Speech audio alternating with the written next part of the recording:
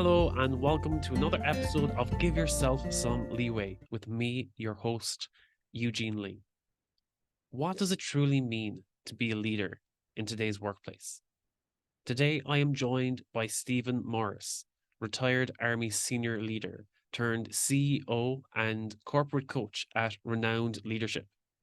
Stephen and I talk about what it takes to be a leader in today's workplace, how to distinguish between leadership and management, and how to better serve, influence, and inspire one another. As always, you can join the conversation over at giveyourselfsomeleeway.com. You can book in a call, you can reach out to me on social media at eugene.leeway, or shoot me an email at eugene@leeway.ie. Thank you, and I really hope you enjoy today's episode on leadership with Stephen Morris. Stephen, welcome to Give Yourself Some Leeway. I just have to take a moment to acknowledge that you got up at 3:30 a.m. to join this podcast. So I was wondering why you booked such an early time slot, but kudos for getting up so early and being so disciplined.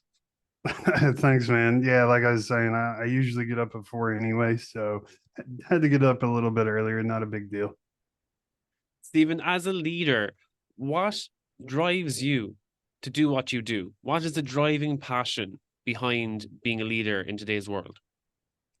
Um, that's a loaded question. I would say the biggest thing for me is that my purpose in life is to positively influence as many people as I possibly can. So, breaking that down is I want to have a positive impact on someone's life.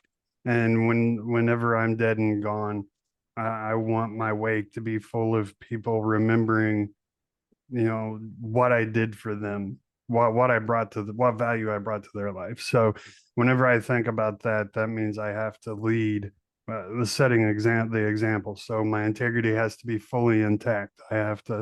Um, I have to always put other people above myself and execute as a servant leader rather than a manager. So that's really where my passion for leadership comes from. Is I understand one where everyone is a leader, whether you are a 18-year-old hourly employee or you're the CEO of a company. Everyone is a leader. And the reason I say that is because everyone has influence on someone else, which is the definition of what leadership is. So, from that standpoint, I'm a leader of my family. I'm a leader of my inner circle of friends.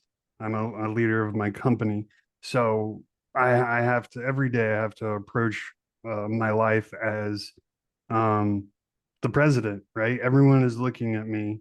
Literally, not the world's not. I understand that, but literally, everyone in my sphere of influence is looking at me to be the best I possibly can be that day. And when you think of it that way, it really at least it motivates me to really step up and drive harder than most people do. That is awesome. So, like, I always find when it comes to leadership, there just seems to be a lot of distortion around what leadership really means in today's workplace. People confuse it with management styles and they see it as a kind of the almighty ruler or everyone respect my authority. So, what do you believe are the key challenges behind trying to be a leader in today's workplace? Oh man, there are so many. Um, Key challenges. I think the first thing you kind of already said, and that is today's society creates great managers, right? But I don't know if it's social media or remote work or what the cause is, but we're slowly losing our ability to lead. And the reason I say that is because to me, leadership is the personal touch, right? Managing is the numbers, leadership is the people, right? And we're losing our ability to have that people aspect. And as far as my style of leadership, to me, there's only one style that is effective and is even worth paying attention to, and that's servant leadership. Because servant leadership puts your people first. It puts, everything above your gain. And it's with the understanding, as long as you're doing the right thing at the right time with the right people, you're going to benefit in the long run.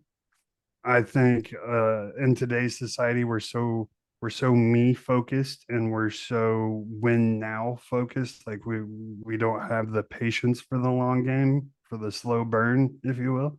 So that's I think that's probably the single biggest challenge I see is we want it now. We want people's respect now. We want people, yeah, yeah. Pull at that thread for a minute. We want people's respect now. What have you done to earn their respect?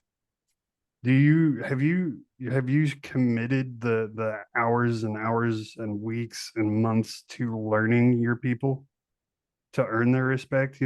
One of my people that I was leading when I was in the military, um, his wife's grandma, I think, died, and I sent home a little handwritten note to her, just telling her I was sorry for her loss. Thoughts and prayers are with her family, yada yada yada. Simple, like $2 on a card, handwritten, wrote a note. That that almost brought a fully grown man, a soldier, to tears because he saw the effect it had on his wife. Right, that is servant leadership because it put someone else in front of me. It put someone that I didn't really know in front of me, and that allowed me to lead her husband better. So whenever you're facing the challenges of today, I think it's really the people piece that we're losing. Leadership is all about the people, and it's never ever about you.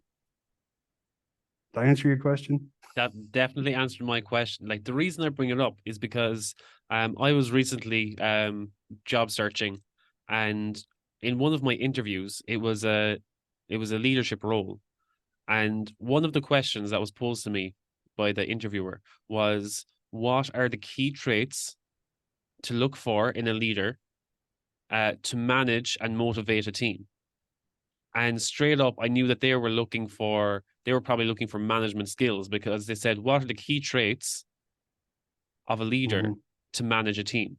So, before I give my answer, I'd like to know what your answer would be as to what are the key traits, the top three traits you'd look for in a leader. Top three traits to look for in a leader. I would say first and foremost is, does that leader uh have a bookshelf full of books in their office? What is their stance on personal development, on reading, on learning? Because a leader never stops learning. A leader is always learning. There are new skills, there are new soft skills, there are new um personal practices that a leader needs to learn. So what does that look like for them? The second thing I would say, we were talking about it actually before we started recording, and that is physical fitness. Do they take pride in the way they look? Are they good? Are they putting in the work on themselves, physically and mentally, to make themselves the best possible leader? And then, man, third one's that's a hard one. So many to pick from. I would say third would be what is their work ethic? How can their work ethic be articulated? Meaning, can you sit there and define what it is that you do every single day to help your team? What is your work ethic? I find far too often we think leadership means we work less, but actually, a good leader is going to work far more, far harder, far longer. than any of his team members or his or her team members. So I would say those are my key things: education, physical fitness, and work ethic. That's brilliant. What I love about your first two, education and physical fitness, the emphasis is on the leader showing up for themselves first so that they can serve their team at their utmost potential. That by first educating yourself Mhm. and taking the time for your own physical fitness so that you have that energy reserve, you have that endurance, you have that stamina to take on whatever comes at you that day, to take on um whatever workload comes to your team, that you can take a step back and be like, okay, let's think through this. Let's work on this as a team. And I think another element of that physical fitness is that it usually fosters a sense of community, whether it's a group class or maybe it's someone who likes enjoying working out solo, and that may help them when they're in a situation where they get landed under severe pressure and they have to take full accountability as a leader. So I think it works twofold that way. But I like that you emphasize education, physical fitness, and having that steadfast work ethic, knowing where your boundaries are as well, setting boundaries. So I do love that. When I was posed a question, I looked for what are the key traits that I would use as leader myself, and what are the key traits that I look for in a leader to influence me. And first off was communication. If a leader can't communicate the visions or the goals of the project or the company or the team's development, if they can't articulate and communicate it clearly between team members, then they're never going to be able to coordinate a team to work together or influence them towards a similar goal. The second was empathy. I think that comes a lot into in terms of having personal relationships with your team and taking that time to develop that trust and relationships and recognize every team member as an individual, not just a number, towards an end result. And finally, adaptability, that circumstances change, situations change, everyone has different abilities on the team. And you can't treat them all as, oh, you're just another person on the team, do the same task as that person if they're not here. It's like, no, people have different strengths and weaknesses. We have to recognize those and play them to their strengths, or maybe help them to develop their weaknesses into strengths. So it was communication, empathy, and adaptability. And what I found interesting when I was in that interview, they were like, oh, what we were looking for was time management, decision making. And I was like, okay, they're management skills. They're not so much leadership skills. I was like, they're great if you're looking for someone to manage a team and help them manage towards an end result, but that's not going to influence a team or inspire them towards your desired goal. It's not going to help the team to, it's not going to give the team sustained motivation and to develop that team towards completing future projects or wanting to work together on future projects or to respect you as their leader or as their manager. You need to have those core leadership traits to develop those personal relationships with your team members in the first place. So that's I loved your answer. Again, emphasizing your personal self development so that you can show up at your best to serve others. Yeah, and so something you said is, obviously communication. One, so I agree that communication is probably the single most important skill that a leader has. I feel like it's overused. Like, oh well, he failed. He's a horrible communicator, or he's a like everybody talks about communication, and it's kind of annoying now. That horse has been beat to death. But I mean, you're absolutely right. That is the single most important skill you need to be developing is your communication, because it doesn't matter how awesome of a vision you have and how well you understand your mission. If you can't articulate it, it's absolutely useless. But what I really love about what you said is you kind of put an emphasis on rather than oh, what's the word? Oh shoot, it was right there. You said it. Rather than ah, I hate it when that happens. Like literally, my ADHD just grabbed a hold of me and started shaking me, and I totally lost the word. Um, so there are two areas you can operate from, and one is influence, and the other is influence and inspiration, and the other is oh, people are all say it all the time. You know, I want to blank my like for my people. I want to push them to go further. Um, oh, good grief. Dang it. So this is actually something I got into an argument with the CEO of a rather large company last night. She was talking about how great leaders always can uh, push their people further, right? And they do that through encouragement. And I made the argument that I would rather inspire, because you can encourage all you want, and you can push all you want, but inspiration is real, right? Motivate, that's the word, motivation. Good grief. I apologize to everybody. I don't know how I forgot that word. Anyway, there is such thing as false motivation, right? And false motivation can only take you so far. Yeah, I'm motivated. It's 3:30 in the morning, right? And I'm motivated.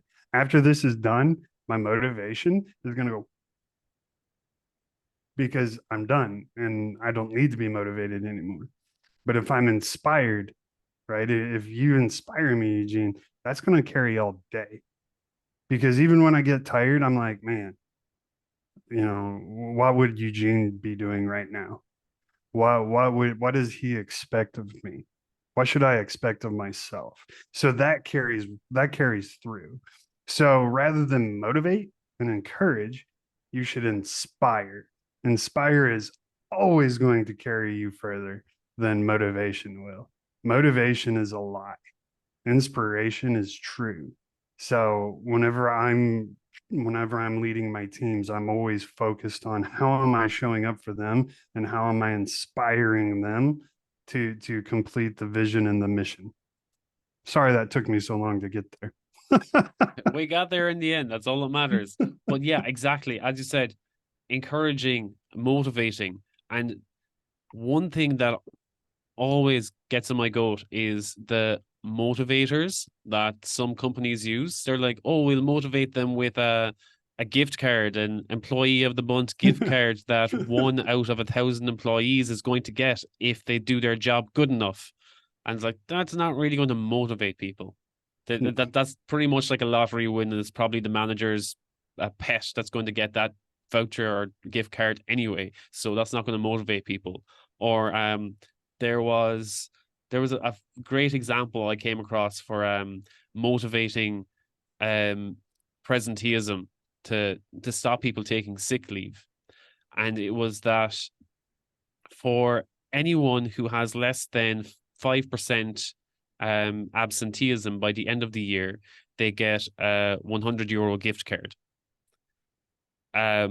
But to take 1 day's sick day, for a lot of people who were taking those sick days, it was because their kids were sick and they couldn't get childcare. And basically, to get childcare on one of those days would cost about 150 euro anyway. So Hmm. one sick day was worth about 150 euro, and not taking any sick days for the year was worth a 100 euro gift card. And um, it was addressed that it was like, look, it doesn't make sense. It doesn't motivate anyone to work towards taking less sick days. If anything, encourages them. Oh, I took one sick day. Now I've gone over my 5% of sick days, whether it was I was sick or whether I need to take care of my kids. Now I might as well take as many sick days as I want because it's worth more to me than that €100 gift card. And Mhm. it actually had the opposite effect of what they were trying to do. Rather than look at what was the cause of all the sick days and try to accommodate, okay, how can we maybe give them a flexible work schedule if such an event occurs that maybe can be managed at manager's discretion, rather than penalize the people who are taking more sick days because they need to take care of their family, and give gift cards to all the people who weren't taking those sick days anyway. It kind of just created a divide. It was like, okay, you're going to reward the people who didn't need those sick days in the first place and they're turning up anyway. And you're going to victimize the people who are looking for the help, who are looking for the help around taking care of their kids, taking care, they need more sick days, or maybe they just need a little bit more help, a more flexible schedule. And it really got on my nerves at the time. I was like, why are we not looking at the cause of this absenteeism and instead only trying to address one symptom of it? And you're not, it wasn't even a matter of motivation at the end of the day. It was like, okay, let's just put a band-aid on that problem. It looks like we're dealing with it, but we're really not. And let's move on. And instead of coming from a place of inspiration or influence, being like, look, let's work together on this. Let's come up with a solution that works for everyone. Or maybe there's individualized cases where it might be different. And let's look at those too. And let's accommodate people to a certain extent. Not that it will be taken advantage of, because of course at the end of the day we have to reach our bottom line too for this to be efficient. But how can we meet people halfway and see where they're coming from and work on their level so that we can see eye to eye, rather than a push from the top down, being like, you're either here or you're not, you're getting a gift card or you're not. Mhm. You know, Uh, it's funny you say that, if I can interrupt you a yeah, of second. course. So the United States military has many, many faults, don't get me wrong, but it is one of the most efficient corporations in the world when it comes to leadership and people management. And the reason is so that the circumstance you just described, where people are sick or the people's kids are sick and they're needing time off, that gets handled by the lowest level possible. So maybe, maybe not a team leader would handle that, maybe a section leader would handle that, but the company commander is not handling that, and the battalion commander is not handling that. That it gets handled on the lowest level possible. And in my corporate experience, I've found that companies that model that, that encourage their leaders to handle things as absolutely low as possible, end up being far more successful, because exactly what you said, they aren't putting corporate band-aids on things. Corporate band-aids never fix anything. They always make things worse. And your example is great of that, because now one group, the group that is already doing the thing, they get rewarded, and the group that actually needs the help, they get ostracized. And so now they're just ticked off. And this group over here, they don't care anyway because they were showing up to work and an extra €100, woo. Like they don't care. So no one's happy, and one group is marginalized. It makes everything absolutely worse. However, if you would flip that and make it where your team leaders or your section leaders are handling it at the bottom level, they get to go on an individual basis. And Johnny is like, hey, my kid's got COVID or the flu or whatever. And then it's like, oh, okay, take the time you need. Don't worry about points or whatever absentee system you have. Don't worry about that. I'll take care of that. You go take care of your family. So one, that's building trust in that leader, and two, that that that that employee is going to have so much more loyalty to the company as a whole because now the company is taking care of them. Even though it's that individual leader that's taking care of them, they're not going to see that. They're going to, I mean, they'll see that to an extent, but as a whole, they're going to see the entire entity as what is taking care of them. And they're going to become extremely loyal to that entity. So, if there is any CEO or large company listening, I encourage you to empower your leaders. Stop trying to corporatize everything and let your leaders really do their job and handle things at the lowest level possible. Yeah, like, and another thing, even stemming from that one point, like around sick days, and again, marginalizing people who probably need those sick days more than others, or people who are probably just looking for a more flexible work routine to be like, look, I am really run down and I need a better work-life balance here. And they're being ostracized or marginalized, being like, no, you need to be as productive as everyone else. And as a result, when it comes to sick days, there's been people who had like vomiting bugs coming to work anyway because they can't afford to take another sick day because it's going to affect their absenteeism. Mm-hmm. And they have to, if they're taking a sick day, they need to get a doctor's note. But to get that doctor's note, it might cost 60 or 70 euro. And it's like, okay, is there like that doctor's note isn't worth that 100 euro gift card I'm going to get in 12 months' time? And it seemed like a slap of a wet fish more than an actual motivator. It was like they were putting something in place as a motivator, but it didn't offer any value at all to the employee. And not that they shouldn't be grateful for a 100 euro gift voucher, but it was that it didn't offer them any way in terms of spending more time with their family or taking pressure off their work life balance in terms of their home life or helping them with their personal development or their personal growth. It was we're sticking a label on it. This is a reward that you can get if you work towards it, and yeah, let's tick that box rather Right. than actually looking at how can we help our employees, how can we treat them as part of the team and help them to grow towards completing a goal within this company. Right. Absolutely. And like I said, like that, excuse me, what you're talking about is best handled at the lowest level possible, like we already talked about. And, when it comes the gift voucher, that would have been a good second and third place reward.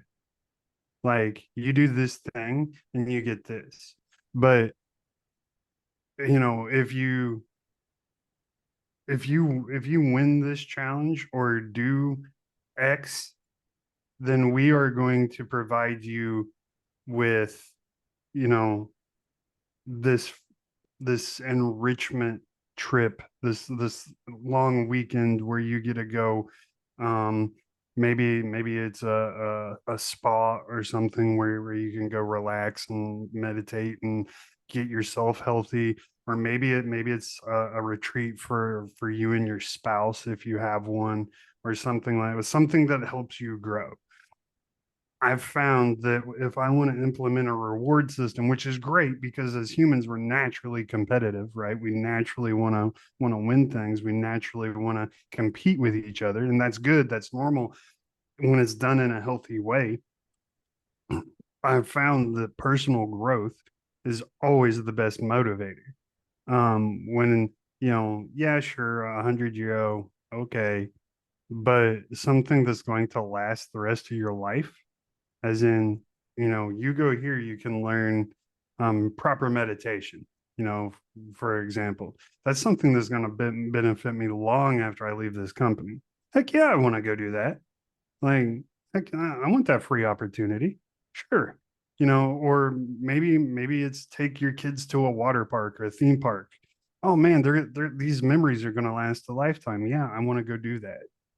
So, and that's going to really push me um to excel.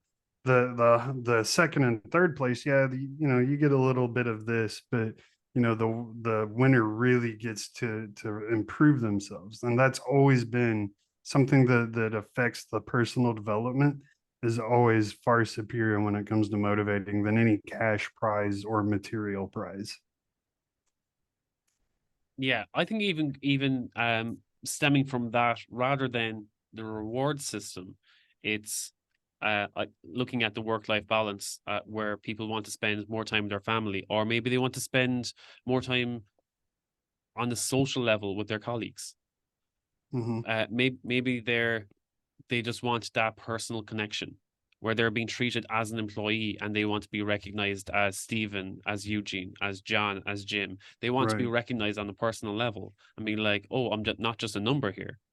I, I I am being appreciated and recognized for the work that I do and the time that I dedicate here, rather than being told you're being paid a salary here, you're being paid to put in the work within these hours, get it done, uh, come in, clock out, leave. Um, it's it's the personal touch. I think we've mentioned that a lot. What do you feel are the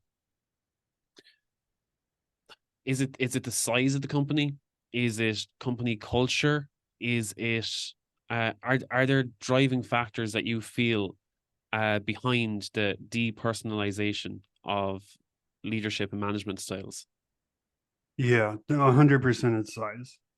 Um, when it comes to corporate culture, or company culture, it is all relative to the size of the company. And I think the problem is that as a company grows, they feel that they lose command and control the larger they get. So they have to put all these corporate policies in place to maintain command and control and to avoid getting sued ultimately. Um, I feel, and I don't have science to back this up, this is just my opinion. I feel that one, if you're a large entity, you're going to get sued no matter what you do. It's just going to happen. So accept it and deal with it. But two, at least here in the United States, I know Europe has different lawsuit laws, but here in the United States, if you're a large company, if you're a company in general, like you're going to get sued. So just accept it. But from a company standpoint, if you if you always maintain that leadership level in your organization or a style where the people come first, they're humans rather than numbers, like you said, which I believe is a human right to be treated that way. They are going to be far more loyal and far less likely to do what the corporation is worried about them doing in the first place. Um, your retention level is going to go through the roof. Your engagement level is going to go through the roof. Um, I saw amazing statistics coming out of COVID in 2022. It just blew my mind, and it found that literally only 12% of people surveyed said that they were actually, and this is them admitting it to the poll or the people conducting the survey. Only 12% of people admitted or said that they were engaged at work 80% of the time. That is such a tiny fraction of a number. Like, and then as you go further down their findings, the majority said that they were only engaged at work about 20% of their workday, and the rest of the time they were on social media, they were in the bathroom, they were, talking to someone, just goofing off basically. whenever you develop that personal touch with your employees, with your team members, you're going that number is going to reverse because they become driven to serve you the way you serve them, and they don't want to let you down. And so when we look at employee engagement and the level of the and that people are engaging with their companies now, like it's insane. So I love what that you brought that up earlier. You really have to treat people like they're human beings. Like that is their right to be treated that way. And if you treat them otherwise, then you've gotten too big, and you need to reassess your situation and start empowering your lower level to really lead and inspire. Yeah, definitely. I think even in larger companies that when it comes to leadership levels, if you can influence your team, you can create a subculture within your own team. Even Mhm. if the larger organization is, let's say, harder to manage or they have their own, let's say, expectations of a team. I feel that the truly powerful leaders, the bolder leaders, are the ones that have that strong work ethic. As you said, they prioritize personal development so that they can help take care of their team's development and respect their team's development, and also acknowledge that I need to take time for my own work ethic so that yes we can get the results, but also make sure that the team doesn't burn out and make sure that the team is inspired to work towards the same goal. So I think when it comes to being a leader, and correct me if this is something you don't agree with, but I think that the strong leaders or strong leadership can create a subculture in the company, and it can cause resistance because let's say you're trying to change how the overall leadership style in the bigger company is or how it works, and it's almost like throwing a spanner in the works of how the company is not growing, and you're trying to change how people have been thinking or have been trained to think who've been working for that company long term, and you want them to start focusing on their own personal development and not focusing on the numbers, not focusing on the money, and not focusing on just getting through the 8 or 9 hours that day. uh, do you think that that powerful leadership comes from, as you said, that personal development, that emphasis on personal development and maybe self awareness as a leader, before you can influence your team? Absolutely. So I mean, so first of all, something you said just made me think of this, and that is, when I started my own company, I had several coaches, and one of my coaches told me, Stephen, if you focus on the money, if you chase the money, you'll never catch it. But if you focus on the people, the money's just going to come. And I focus on people and your how you interact with people and enrich other people's lives, whether it's your client or your employees, whatever, that's going to come to you. So focus on people, always focus on people. And that has paid off in dividends for me. As far as building a subculture, in my opinion, you want that, right?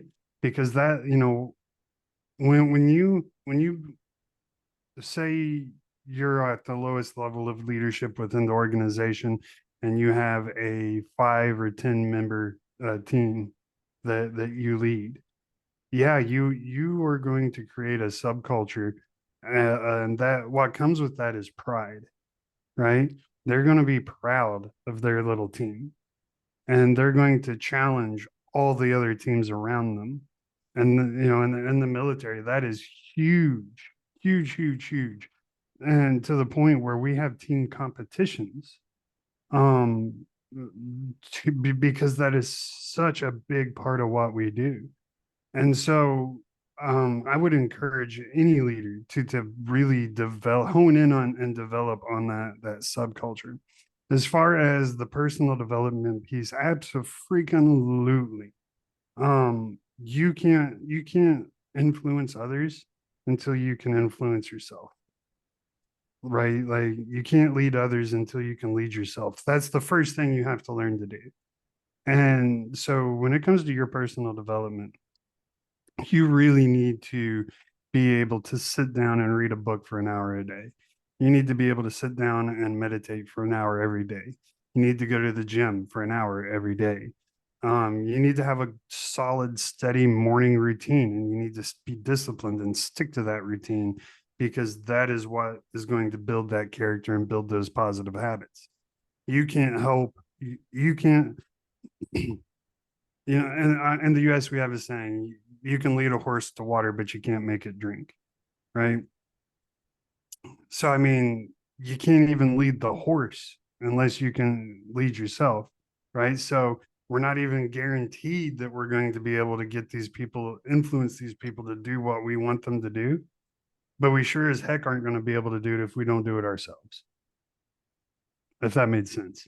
I hope that made sense. I feel like that made sense. Yeah, no, it did make sense, but I think one area where leaders or managers can cross the line is they're trying to influence or they're trying to help to lead by example.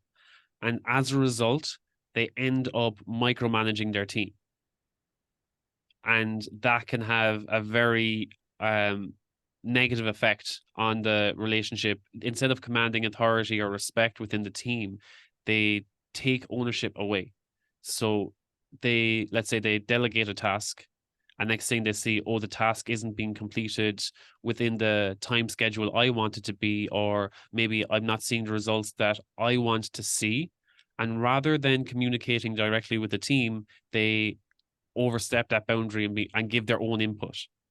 And that causes a lot more friction and tension within the team because as soon as you take that responsibility or take that ownership away from the team member that you delegated that responsibility, they're just going to step back and be like, oh, well, if he or she's going to do it, then what's the point in me making an effort? Right. If I can't take ownership or give my personal touch to this project, then okay, let them do it. Why did they delegate me in the first place? And I feel that's where some people feel as a manager, okay, maybe I need to influence the team more and give a bit more of my input to show them how it should be done, rather than giving them room to develop. Yes, they may make a few mistakes, but we can learn from there and communicate. Mhm. See, I don't know. I don't consider that influence though. Whenever it comes to what you're describing to me, that I don't even know what word I would assign to that, but I don't. To me, that's not influence. But I feel it's Influence, mistaken for influence. I yeah, think yeah. somewhere in their mind they think that they're influencing or inspiring their team on how things should be done, and that's the kind of delusion that's going on in their heads. It's like, okay, if I just show them how they should be doing it, then they'll follow my lead. That I agree with. That 100% agree with that. And the problem with it is, well, so the like you said, they take away the ownership, but more importantly, you take away their development, right? So, and it depends. It depends on the task, you know. Um, if someone's life is in danger, yes, I'm going to be very involved. And that's just obviously, hopefully, the company you work at, that's not a big deal. You know, people's lives aren't in danger, but you know, on the scale of oh crap to me, you know, if it's a huge deal where everything needs to go perfectly, then my involvement level is going to be higher. Um, if it is just a daily task, I'm not involved at all. But at some point, you have to hand over the reins to your team. That you have to be able to trust as a leader that they're going to do X, Y, and Z while you're focused on the big picture. And that's, you know, I'm sorry to reference everything to the military, but That is exactly, I mean, that's been 16 years of my life. So that's really all the cool stories I got are military stories. But um, as a team leader in the military, you're focused on the mission and you're trusting your team to do the small things within that mission to get to mission success. So yes, you are watching them and ensuring that the things are happening that need to happen, but ultimately you have to trust them. And whenever you take away someone's ownership, you're doing more than just taking away their ownership. You're taking away their ability to learn. You're taking away their personal development. Because I don't know about you, Eugene, but I've learned more from the mistakes I make than I ever will from being told or from watching someone do something. A lot of times when someone's trying to teach me something, I have them show me once and then let me try to do it myself and screw it all up because I'm going to learn more from that than I ever will. I can sit there and watch you code a computer or on a computer for an hour for hours, but until I actually get in there and do it and make mistakes that I have to go back and fix and all, just the monotony of that, I'm going to learn so much more from that. So when you take away people's ownership, you're taking away their ability to learn. And people aren't going to admit it. I don't even think people realize it, but personal development it's is in our DNA to advance and learn and grow. That's what we want at our very core.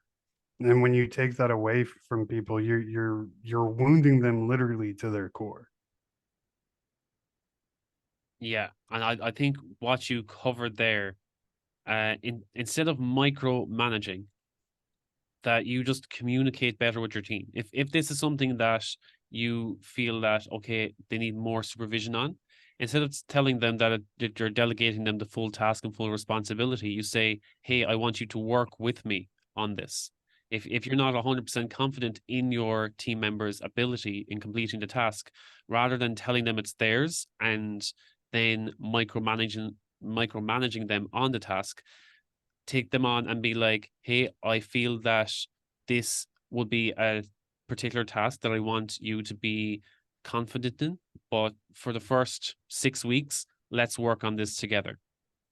And then you eventually hand over the reins, but make it very clear that, look, I don't want you to be afraid to approach me if you feel that you've made a mistake and then you try cover it up, it's going to be worse down the line. I'd rather you let me know and we'll work on this together. And that's where I feel like communication is key. If you don't have that line of communication, that you don't have that trust and that level of kind of that personal touch with your team members, it's very hard to be either a leader or a manager to them. Right. And it's very hard to gain that respect if you can't communicate with them and be that vulnerable with them as well, being like, look, I make mistakes on a daily basis, but Mhm. that's how we work, that's how we improve, that's how we develop. Uh, coming from trying to portray yourself as the infallible leader who should not be questioned is not going to command a lot of respect from your team, and I feel that that people can't come from that point of vulnerability. And I feel maybe it's been a very common problem for men in the workplace as well, that they don't allow themselves to be vulnerable and they try to command more respect with their alpha male mentality and trying to command authority from that pedestal. Um, or maybe that's a point for another day. Maybe I'm just ranting on it, but I feel that's where it's coming from. It's that leadership mentality that I feel I that, that's where it originates, and maybe that's something that we need to weed out of the workplace, we out of the leadership culture in the workplace. uh I mean, you cut me to the quick X. So I'm very much alpha. Like I am a type A alpha personality. Um, I don't think being vulnerable goes against that nature at all. I think I can be a type A alpha personality like crazy. I can be intense. I think my humility is one of the strongest characteristics I have. My ability to say that I messed up and be vulnerable. Um, I think the stronger I'll say it this way. If you have someone that is just showing that type A aggression or alpha, like I never make a mistake, I'm infallible, yada yada yada. If they're showing that, I don't think they're a type A at all or an alpha at all because they aren't comfortable enough in who they are to, yeah, I screwed up. I'm sorry. I'm human too. So I mean, really hone in on if you're listening and you struggle with that, you really need to work on that and develop that within yourself of humility, because humility is going to lead far better than being that aggressive alpha ever will. Because people relate to humility. People love humility. When we look at famous leaders of the past, Mahatma Gandhi, you know, one of the most humble people in the world, right? Mother Teresa, one of the most humble people ever. Those are the leaders that we really resonate with, and those are the leaders that you should be aspiring to be. Is just how can you humble yourself today, right? And I think that you kind of touched on a big point there. Um, man, you got to be I've written a lot about it in the past couple of months. You got to be vulnerable. You got to be humble. And it's funny because I actually wrote a pretty long article about being a vulnerable leader, and I got lit up whenever I on LinkedIn, I think it was for my article, because everyone, not everyone, but a lot of people were saying like I can't do that in my workplace because if I do that, they're going to sense blood and I'm going to be attacked. And I just pointed out like if that's your work culture, then you either need to change the work culture, and if you can't change that culture, you need to go find a new culture, because that's not a healthy work environment at all. Like that environment is not going to benefit you in any way. And the paycheck isn't worth the damage it's going to cause. Go find a new place, go find a new environment where you are allowed to that vulnerability and allowed to grow. And I know for at least one person listening to this, that's really going to hit home. I hope so, because that's so important. Um, and you got to be able to grow. You got to be able to make. You got to be in an environment free to make mistakes, to grow. If you're not, it's like, have you ever watched a plant try to grow in packed soil? It doesn't work too well, does it?